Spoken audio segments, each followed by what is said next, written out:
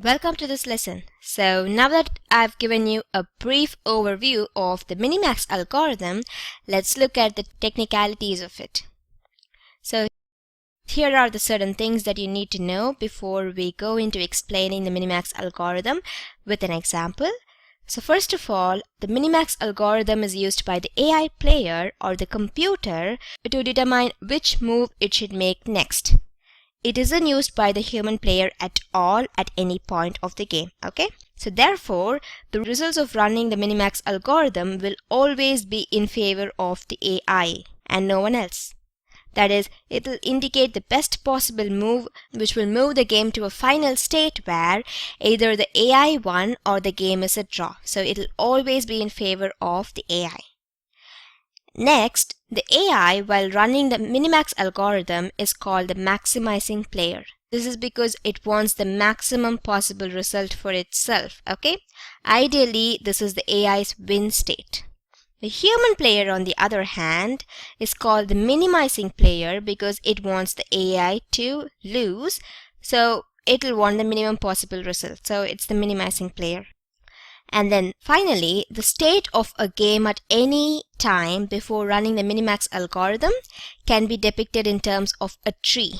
So you must know how trees work, right? I'm talking about computer generated trees, not the real world trees.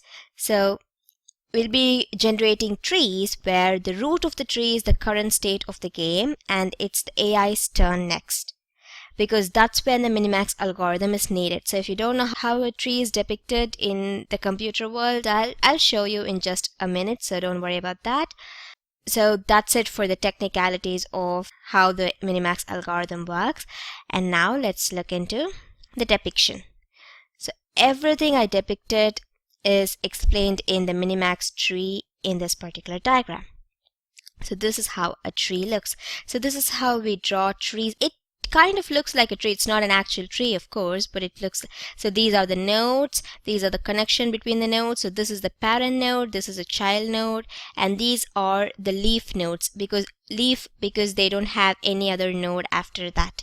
Okay, so these are the branches, and this is the main node, the root node. Okay, the first node at the topmost position is called the root node, and these are its children. So this root node has two children, and these two are siblings for each other, and this particular node has two children. So for these two children, this is the parent node. Okay, and these two are siblings, and these two are probably cousins or something like that, because you can consider them cousins. So these two would probably be cousins, and these two are siblings with a common parent here. Okay, and then grandparents. That's how it goes. Okay, so that's how the tree, it's more like a family tree than a real world tree. Okay, so you know how family trees work, right? So that's how you'll be depicting your MiniMax tree as well. So now this might sound confusing when you just look at these terms as just words, the terms that I've mentioned here. But as I illustrate a couple of examples, you'll understand what I mean. Okay, in this particular example, the MiniMax algorithm is starting from the current state, which is the root of the tree. The next player, which is the max player, so this actually indicates that the max player has to play next, and they have two possible moves. Okay, so the next player, which is the max player, is the AI player. As I told you, the AI player is usually the maximizing player because the MiniMax algorithm is for the AI player.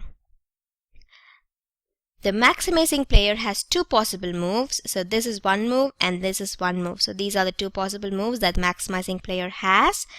So it can choose from either of these moves, that is the left and the right child nodes of the root node in here. The root node is the current state, as I already told you.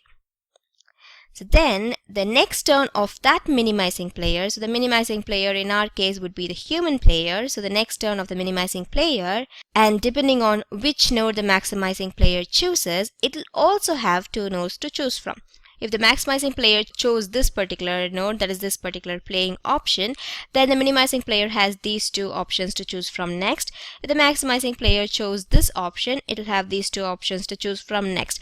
But the thing here is, I've just created two possibilities at each particular move, but that's not how it is all the time. For example, our tic-tac-toe game has 9 possibilities at the start, and then it becomes 8 possibilities at the next move, and then it becomes 7 possibilities because only 7 boxes will be free, and then it becomes 6 possibilities. So it reduces like that. So if this was the starting, we'll first have 9 child nodes for the root player rather than just 2, and then each of these will have 8, and then each of those will have 7, and that's how it'll go. So it's a very big tree for a tic-tac-toe game.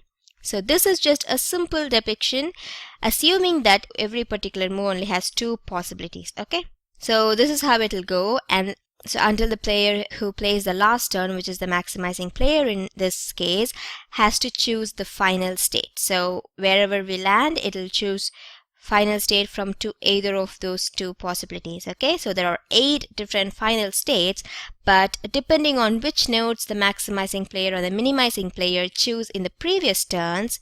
So if we land here, this is the 2 options for the final state. If we land here, this is the 2 options for the final state. So depending on that, we'll have 2 possible end states to choose from at the end. Okay, so that's how our Minimax tree works. So I'll show you an example, a proper example, so you understand everything better in the next lesson. I'll see you there. Thank you.